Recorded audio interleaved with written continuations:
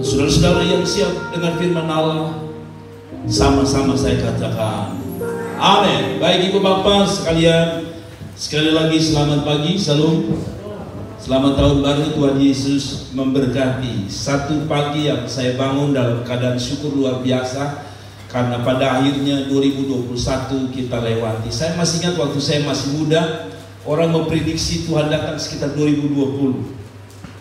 Tetapi akhirnya Tuhan belum datang. Dan puji Tuhan, itu berarti kita masih punya kesempatan melayani, menikmati berkat-berkat Tuhan. Saudara, tadi lagu, saya suka lagu tadi ya, ku tak dapat jalan sendiri kecuali ada sinar kemuliaan Tuhan yang menyertai kita. Rupanya ini menjadi doa seorang hamba Allah. Karena itu tema kita di pagi yang diberkati Tuhan ini. Sambil kita tunggu, kita akan melihat Keluaran pasal yang ke-33 ayat yang ke-15. Keluaran pasal yang ke-33 ayat 15 sampai 16.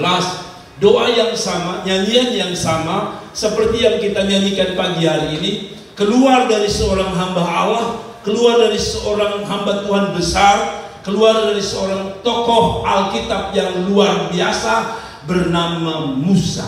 Musa pernah bernyanyi lagu ini, ku tak dapat jalan sendiri tanpa Tuhan. Memang liriknya tidak persis, tapi intinya sama, bahwa mereka tidak bisa berjalan tanpa Tuhan. Dan saya percaya bahwa pagi hari ini adalah ungkapan hati yang sama, yaitu bahwa kita tidak bisa jalan sendiri tanpa Tuhan. Katakan amin. Karena itu pagi hari ini beri saya kesempatan menyampaikan tema kita, yaitu ini bukan 3 langkah ya, 3 modal utama menghadapi tahun 2021. Saudara-saudara, 3 modal utama di dalam menghadapi tahun 2021. Seperti orang mau berbisnis, dia harus punya modal utama. Kalau dia tidak punya modal utama, maka dia tidak bisa berbisnis. Kalau dia tidak punya modal utama, maka dia tidak bisa berusaha. Kalau dia tidak bisa berbisnis dan berusaha, berarti hidupnya morat-marit, hidupnya tidak akan diberkati. Maksudnya hidupnya tidak ada yang mencukupi. Tapi kalau dia punya modal, maka dia punya usaha untuk melanjutkan perjalanan dari bisnis atau usaha. Nah, demikian dengan hidup. Hidup ini masih ada 365 hari. Kemarin saya menggunakan istilah bahan bakar, bensin, Pertamax ke apapun untuk kita jalani satu perjalanan yang panjang. 365 hari bukan perjalanan pendek, itu panjang. Dan karena itu kita butuh modal. Dan minimal saudara punya modal ini. Saya percaya, saya meyakini bahwa minimal kalau saudara punya modal ini, saudara bisa bertahan sampai 2021 akhir.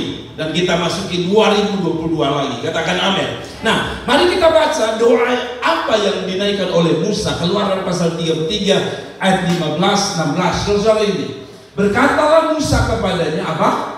Jika engkau Tuhan sendiri tidak membimbing kami, janganlah suruh kami berangkat dari sini. Itu saudara lihat persis lagu tadi. Ku tak dapat jalan sendiri tanpa Tuhan. Lalu ayat 16 berkata, dari manakah gerangan akan diketahui bahwa aku telah mendapat kasih karunia di hadapanmu, yakni aku dengan umatmu. Kalau kita ganti, yakni aku dengan keluargaku, yakni aku dengan istri anak-anakku, yaitu aku dengan suami dan keluargaku. Dan itu kita lanjutkan, yakni aku dengan umatmu ini, bukankah karena engkau apa?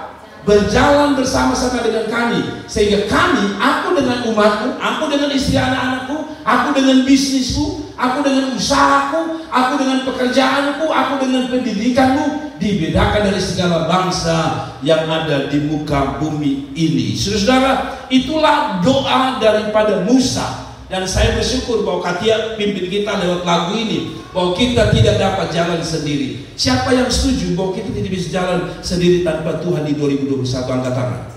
Semua kita harus mengakui kita tidak bisa. Nah, karena itu, bagaimana supaya kita bisa menghadapi 2021? Bagaimana supaya kita bisa menghadapi tahun 2021 yang penuh misteri dan juga tantangan baru? Saudara mengatakan 2020 saya punya badai, saya punya persoalan, saya punya tantangan. Tapi saya mau bilang sama saudara, 2022 ada badai baru dalam hidup saudara. Dan kita tidak bisa lewati kecuali ada Tuhan. Dan bagaimana kita bisa melihat penyertaan Tuhan. Intinya begini, saudara hanya bisa melalui 2021 nanti kalau ada penyertaan Tuhan.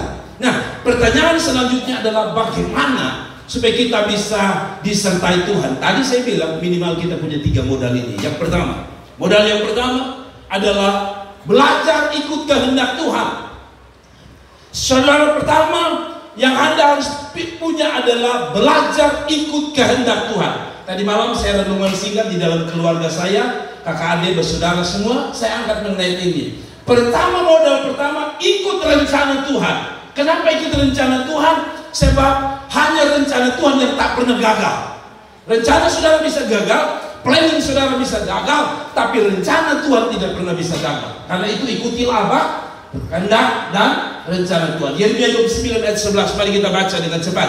Sebab aku ini mengetahui rancangan-rancangan apa yang ada padaku, pada siapa? Pada Tuhan mengenai kamu, demikianlah firman Tuhan, yaitu apa? Rancangan damai sejahtera dan bukan rancangan kecelakaan, untuk memberikan kepadamu hari depan yang penuh harapan. 2021 memang misteri, kita tidak tahu. Terlalu semangat. Mungkin banyak badai, tapi dia bilang di dalam Tuhan, kalau engkau jalan bersama Tuhan, kata terakhir, selalu ada harapan, selalu penuh harapan. Saudara, dunia memang tidak ada harapan, dunia tidak memberi harapan, tetapi berjalan bersama Tuhan, saya pastikan Anda ada harapan. Haleluya. Saudara-saudaraku yang diberkati, selalu ada harapan. Itu yang harus saudara tangkap di dalam hidup ini. Saudara-saudaraku yang diberkati Tuhan, kalau Anda tahu rencana Tuhan, saudara dengar baik. Kalau Anda tahu rencana Tuhan, maka saya mau bilang sama saudara, manusia bisa coba menggagalkan, merubah rencana dan jalan hidup saudara. Tapi kalau Tuhan sudah rancang dan Anda ikut dengan rencana itu atau rancangan itu dan pasrah pada rencana Tuhan itu, maka saya mau bilang, rencana Tuhan tidak pernah gagal. Anda bikin planning apapun, kalau bukan rencana Tuhan, gagal. Tapi kalau Anda ikut rancangan Tuhan, tidak ada yang gagal. Saudara, peristiwa ini pernah terjadi kepada seorang di dalam Kejadian pasal 50 ayat yang ke-20. Saudara-saudara, ini terjadi atas seorang bernama siapa? Yusuf. Dalam bahasa Inggris Yosef. Saudara, ayat yang ke-20 dari Kejadian 50 ayat 20 mengisahkan seorang yang sudah dirancang Tuhan luar biasa. Dia bernama Yusuf. Dia bernama Yusuf. Yusuf ini ceritanya begini. Satu waktu dia dapat mimpi, dan mimpinya itu adalah dia menjadi orang besar nanti. Dan pada waktu dia menyampaikan itu kepada keluarganya, papa, mama, adik, kakek, bersaudara semua, mereka tidak percaya. Lalu mereka coba-coba rombak rencana Tuhan, yaitu pertama mereka apa? Mereka bikin isu atau mereka buang dia ke dalam sumur. Saudara, dibuang. Jadi planning Tuhan itu dia akan diangkat luar biasa, tapi planningnya manusia dia rubah. Yang harusnya menjadi orang luar biasa di ketinggian sana, sekarang direndahkan, dibuang di dalam sumur. Itu titik terendah. Jadi kalau bahasa rohaninya adalah titik terendah. Bayangkan, Allah punya rencana mengangkat manusia setinggi mungkin, tapi manusia suka, setan, dunia suka menaruh saudara pada titik terendah. Pernahkah saudara merasa dalam hidup saudara, saudara berada pada titik terendah dalam hidup saudara? Rasa sudah tidak berguna, rasa tidak bisa bikin apa-apa, rasa disepelekan, rasa tidak dihormati, rasa tidak dihargai. Anda seperti berada di sumur yang paling dalam. Saudara, tidak ada yang terlihat oleh hidupmu. Tidak ada sesuatu yang luar biasa tentangmu. Tidak banyak orang ketahui tentang saudara sesuatu tentang hidupmu. Tapi dengar baik-baik, karena rencana Tuhan tidak pernah gagal, maka Yusuf pun tidak pernah gagal. Dari situ mereka dia dibuang kemana? Dibuang ke Mesir. Di Mesir dapat persoalan, dapat fitnah daripada istri Potifar. Dia katakan bahwa ini Yusuf mau perkosa dia. Saudara, jalan hidupnya tidak gampang. Lalu mereka rubah lagi rencana Tuhan yang dahsyat itu, diubah. Terakhir masa ke penjara. Manusia bisa rubah segala planning saudara, tapi manusia tidak bisa merubah planning Tuhan dalam hidup saudara. Mari kita baca ayat yang ke-20. Memang kamu telah mereka-reka yang jahat terhadap aku, tapi Allah telah mereka-rekanya untuk apa? Kebaikan. Saudara-saudara, dengan maksud melakukan seperti yang terjadi sekarang ini, yakni memelihara hidup suatu bangsa. Saudara-saudara, hidup ini jangan pernah berjalan ikut mau saudara. Itu sebabnya selalu dalam doa saudara, di samping saudara meminta sesuatu atas apa yang kau rencanakan, selalu tutup dengan ini: biarlah kehendak Tuhan yang jadi atas hidupmu. Selalu doa itu harus ditutup dengan biarlah kehendak Tuhan yang jadi atas hidupku. Amin. Sebab itu ini yang menjadi doa Yesus pada waktu dia mau disalib. Dia tanya kepada Bapa, kira-kira pikul ini, minum cawan ini, atau lalukan saja? Dia selalu bertanya kepada Bapanya. Dan kita tahu akhirnya kita diselamatkan karena ada seorang yang berjalan dalam kehendak dan rencana Tuhan, yaitu Yesus Kristus Tuhan kita itu sendiri. Nah, dalam hidup kita selalu ada keinginan, selalu ada planning, selalu ada rencana-rencana kita, betul? Dan kadang-kadang Tuhan izinkan, Tuhan batalkan rencana-rencana itu yang mungkin bagi saudara itu mengecewakan. Tapi saya mau bilang bahwa semua yang kelihatan gagal, yang mengecewakan, yang membuat air matamu jatuh, satu waktu engkau akan berdiri dan berkata, Tuhan hebat, Tuhan luar biasa. Karena ternyata apa yang saya anggap gagal, itu bagi Tuhan adalah sebuah proses untuk menjalani kehidupan yang lebih luar biasa. Saudara gue yang diberkati Tuhan, saya mau saudara mengerti bahwa 2020 bukan rencana saudara yang jalan. Ada. Dan saya bersyukur kalau satu waktu saudara berkata, Pak Pendeta, saya berdoa untuk sesuatu tapi gagal. Anda harus tahu mungkin itu bukan rencana Tuhan. Ada. Sudah berapa banyak orang punya rencana Tuhan atau rencana pribadi 2020 harus menikah karena tanggal-tanggal itu bagus. 12-12-20. Kenapa saudara tidak nikah di 212? Selalu Tuhan punya hal yang luar biasa. Ada amin.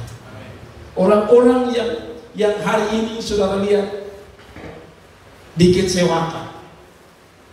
Sekali lagi saya minta maaf kalau saya mengangkat orang yang sama. Saya hari ini makin kagum sama dia. Orang lagi mengakui dari dia dengan berkata begini. Dia pernah bilang, kalau engkau menjolimi saya, maka Tuhan yang Maha Kuasa yang akan menyatakan pembelaannya.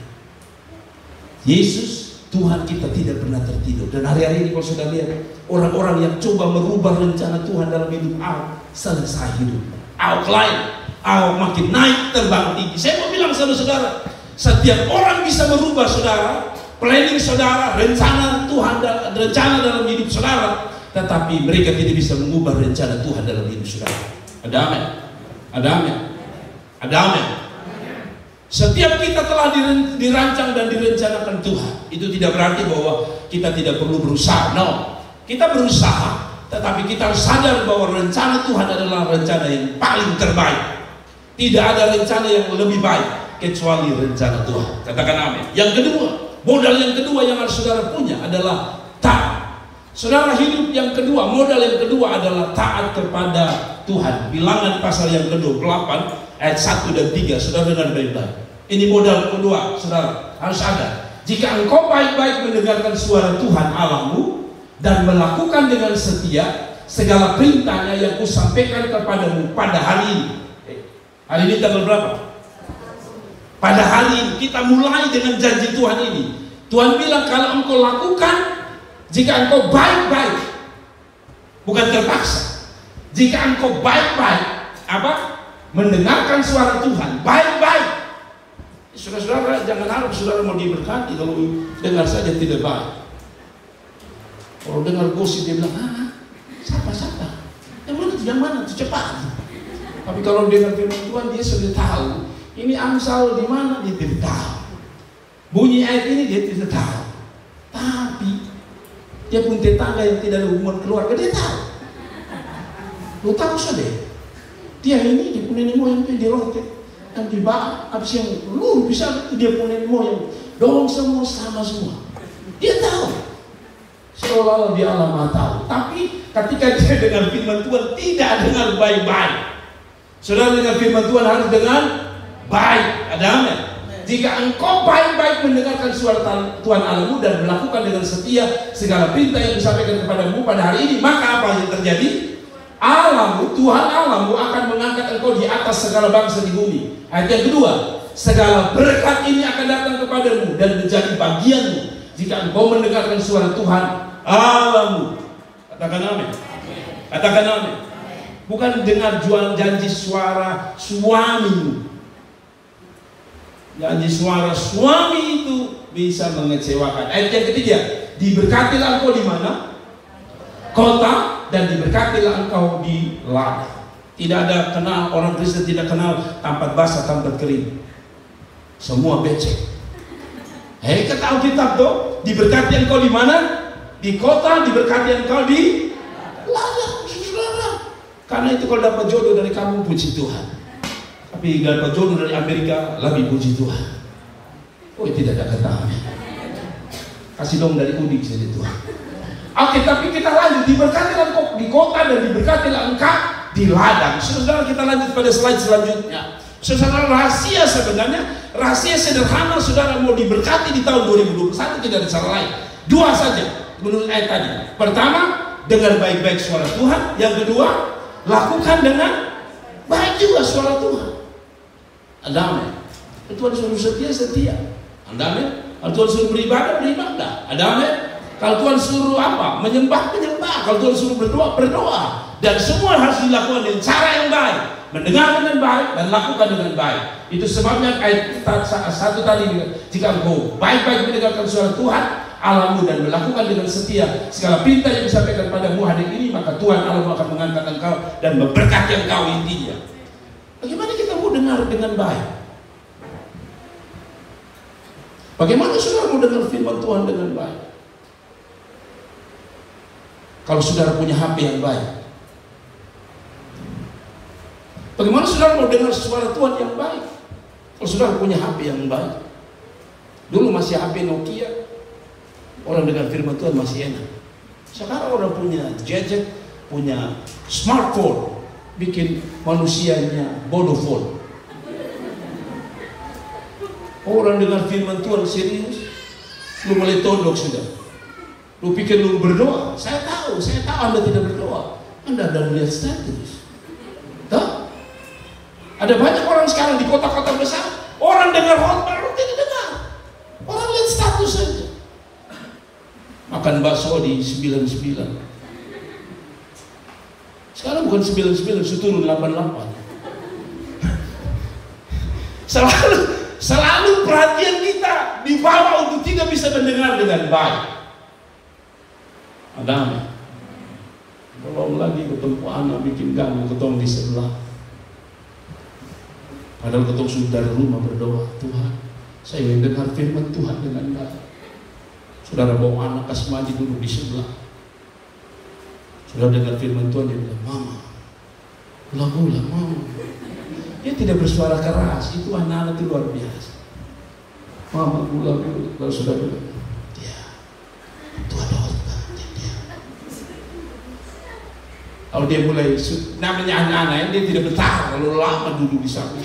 Dia boleh berdiri menghadap saudara. Dia tidak menghadap pendeta lagi, dia menghadap saudara. Mama, apa juga kuat? Saudara melotot, dia khotbah sana. Selalu terganggu, betul ya? Lalu saudara mulai serius lagi dengan, anak mulai ganggu lagi, mulai tarik roh saudara. Mama, sudah pikir, ini anak ini tantangan penuh. Tantangan dari Bapak, tantangan dari Pak. Selalu ada gangguan dalam hidup kita. Amin. Nah, baik puji Tuhan kita punya gereja ini jauh dari jalan. Saya takut setiap kali ambulans lewat, sudah lihat. Polisi lewat, Anda lihat. Segala sesuatu akan mengganggu saudara. Ada. Tapi kita selalu dengar suara Tuhan dengan baik. Katakan amin. Katakan amin. Ada penggoda-penggoda di samping saudara. Waktu dengar firman Tuhan, pas saudara dengar, satu boleh korek, kedua. Lalu saudara berkata, saya satu. Selalu ada yang mengganggu saudara untuk konsen dengan suara Tuhan? Katakan amin. Ada amin. Saya lihat saudara-saudara pagi ini luar biasa, konsen semua pada firman Tuhan. Oke, rahasia sederhana sebenarnya hanya ada dua itu, saudara-saudara.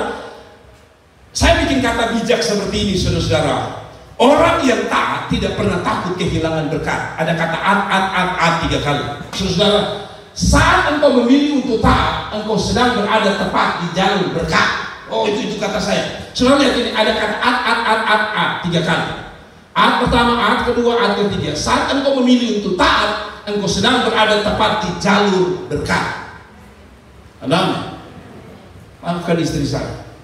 Dulu waktu kami masih muda, namanya orang kuliah itu biasanya ada apa namanya? Kalau mau masuk kuliah itu namanya apa lagi? Ospek. Jadi biasa kakak-kakak kelas itu sudah lihat, oh ada kelas-kelas baru cantik-cantik. Saudara tahu? Nanti dia lihat itu nona-nona cantik itu, dong tahu di mana jalur yang biasa itu nona lewat. Dong sudah pernah lewat situ, tiba-tiba dong berdiri supaya orang kakak kelas selamat pagi. Itu nona di kantin sana, dia sengaja ada di kantin lagi. Mbak beli ayam 3, padahal dia tidak pernah mampu beli ayam 1 juga.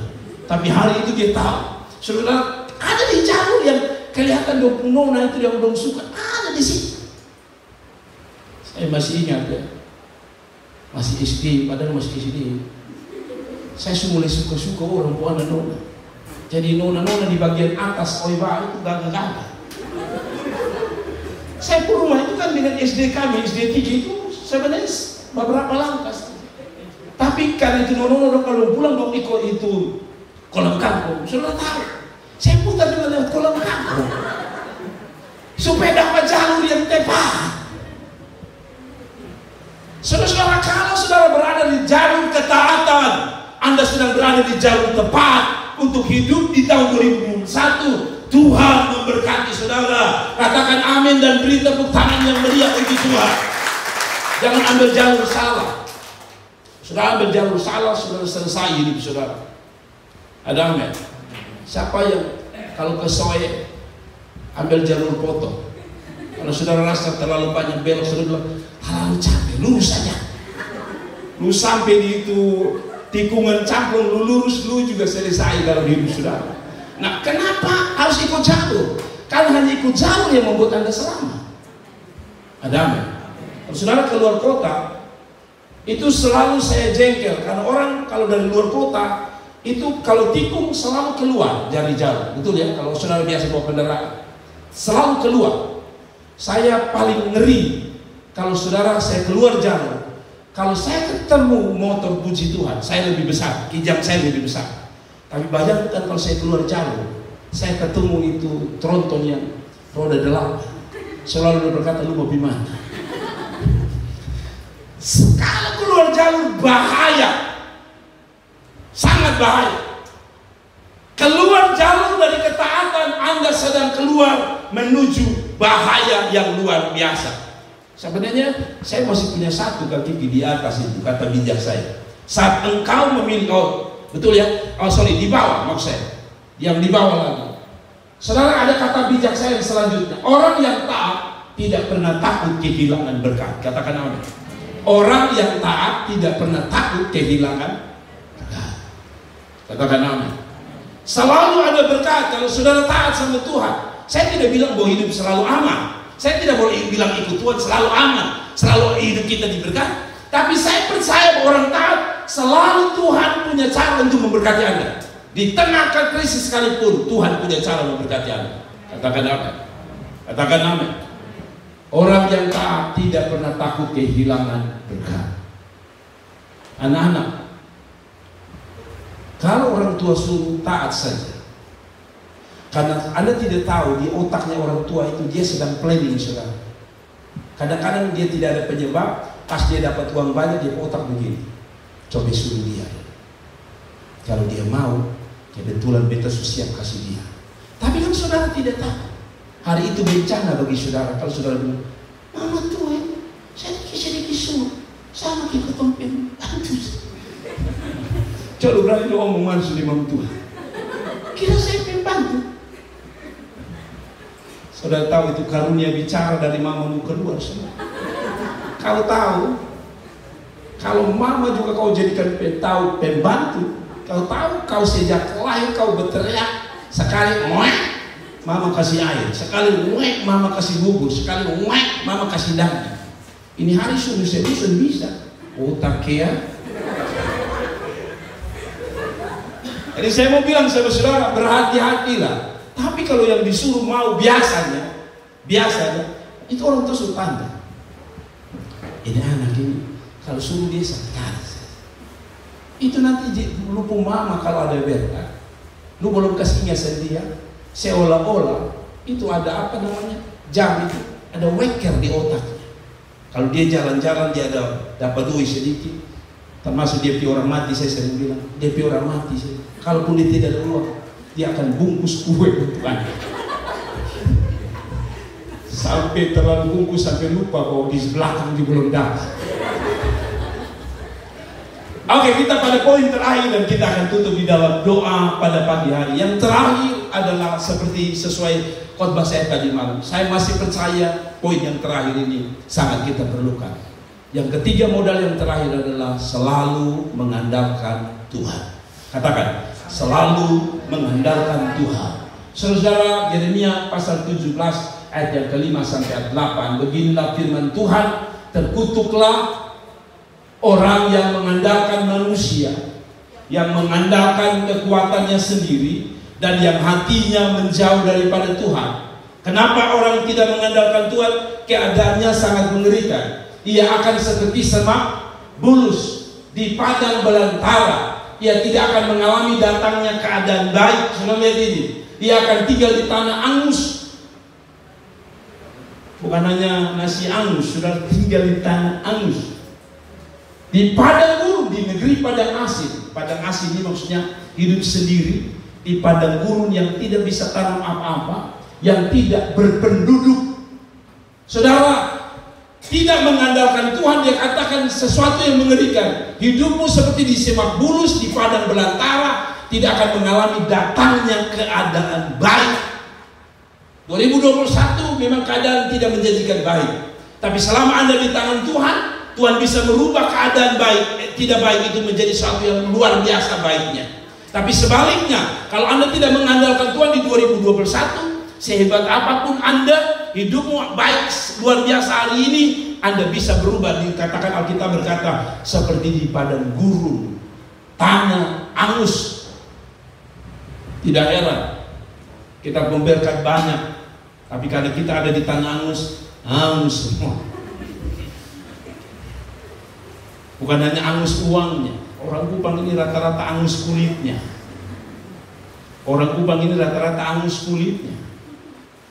Sehingga mau dikasih lulur model apapun, tetap kita angus alias hitam. Jadi tidak usah rubah-rubah kita bungkul, tetaplah kita angus. Tapi maksud saya begini, tidak berarti sudah tidak boleh rawat atau sudah. Tapi kita balik pada firman Allah. Andalkan Tuhan, katakan amin. Andalkan Tuhan. Nah, kalau saudara lihat slide selanjutnya yang saya mau sampaikan kepada saudara di dalam ayat yang selanjutnya dikatakan begini. Tapi sebaliknya terbalik. Orang yang mengandalkan Tuhan di dalam ayat 7 dan 8 dikatakan diberkatilah orang yang apa? Mengandalkan Tuhan, yang menaruh harapannya pada Tuhan. Hidup ini tidak ada yang pasti. Tapi kita punya harapan ketika kita mengandalkan Tuhan. Ayat yang ke-8, ia akan seperti apa? Pohon yang ditanam di mana? Tapi aliran air. Lihat pohon yang ada di padang gurun, di pasir dengan yang di dekat air. Mana yang lebih subur? Yang dekat air. Hidup Anda digambarkan orang yang mengandalkan Tuhan seperti itu. Yang kedua, dan yang tidak mengalami datangnya apa? Panas terik, yang daunnya tetap hijau, yang tidak khawatir dalam tahun kering, dan yang tidak berhenti menghasilkan buah. Beda antara yang tadi mengandalkan manusia dengan mengandalkan Tuhan. Beda sekali, betul ya? Hasilnya beda sekali. Nah, mari kita lihat slide selanjutnya. Saudara-saudara, saya mau kasih tahu Yeremia. Waktu Yeremia tulis, tadi kan Yeremia berapa? 17 ayat 5 sampai 8. Waktu Yeremia ditulis, ternyata ini latar belakangnya. Yeremia ini bernubuat atau melayani, bertugas di Israel Selatan, yaitu Yehuda.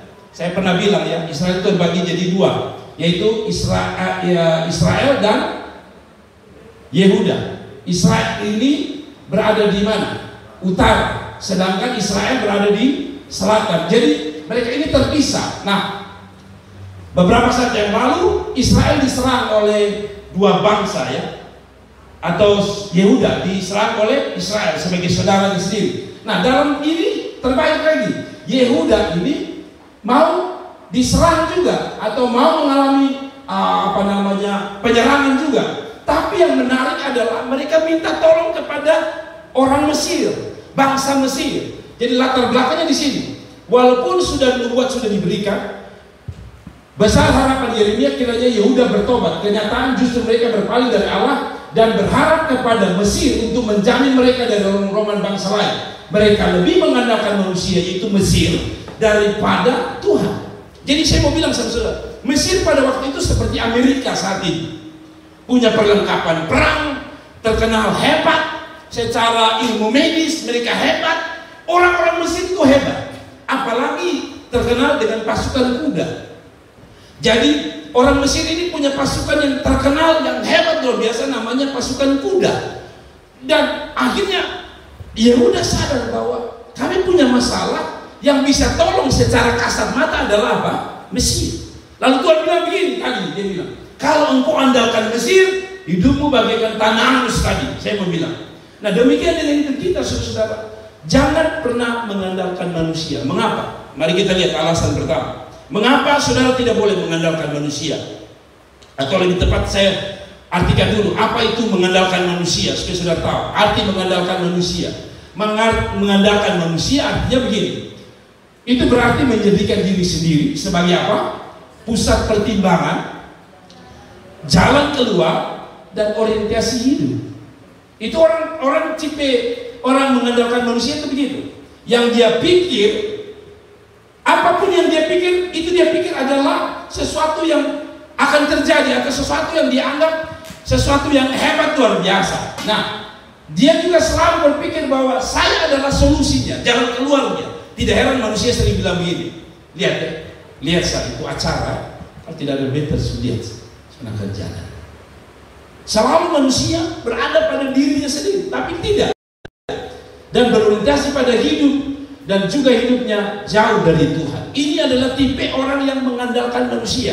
Nah, beda dengan pengertian orang mengandalkan Tuhan.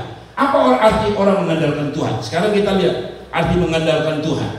Mengandalkan Tuhan artinya mereka yang mengandalkan Tuhan adalah mereka yang sangat tergantung, berharap padanya. Apapun yang direncanakan atau dilakukan Tuhan, Allah tetap dilibatkan dan hidup dekat dengan Tuhan. Maksudnya gini, selalu memang dia punya kemampuan, Tuhan kasih dia kemampuan, tapi dia tidak menggantungkan pada kemampuannya, karena dia sadar kemampuannya adalah kemampuan yang terbatas. Beda dengan kuasa Tuhan yang tak terbatas. Mari kita lihat lagi.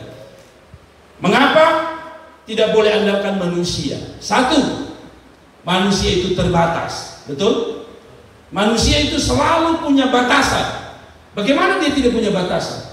Anda punya masalah, dia punya masalah. Bagaimana mungkin Anda bisa minta tolong setiap hari dalam hidupnya? Kalau Anda tanya, lu punya masalah, dia akan bilang, sama ke lu. Selalu manusia itu terbatas. Betul ya? Yang kedua, bukan hanya manusia siap terbatas dalam kemampuan dan kekuatan, tapi manusia itu labil. Manusia itu tidak stabil. Betul ya? Kita harus jujur, kita manusia.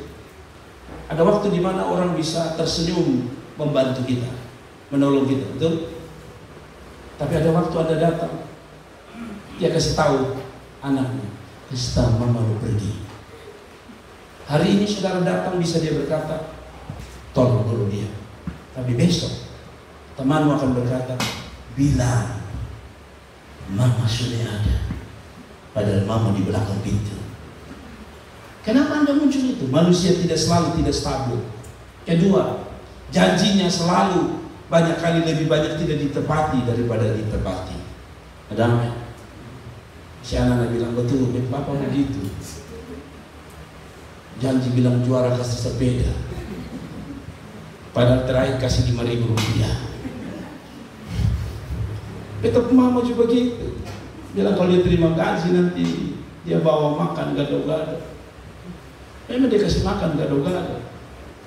tapi harga 2.000, 3.000, jadi makan kayak rasa batu karang. Selalu manusia mengecewakan. Manusia itu yang terakhir. Kenapa tidak boleh mengandalkan manusia? Sebab manusia itu selalu berujung mengecewakan. Siapa yang pernah kecewa dengan manusia, angkat tangan. Biar saya tahu Anda pernah kecewa. Yang nona-nona, siapa yang jujur Anda pernah kecewa? Tunjuk dia biji mata yang mana tuh, supaya saya tahu yang mengecewakan Anda.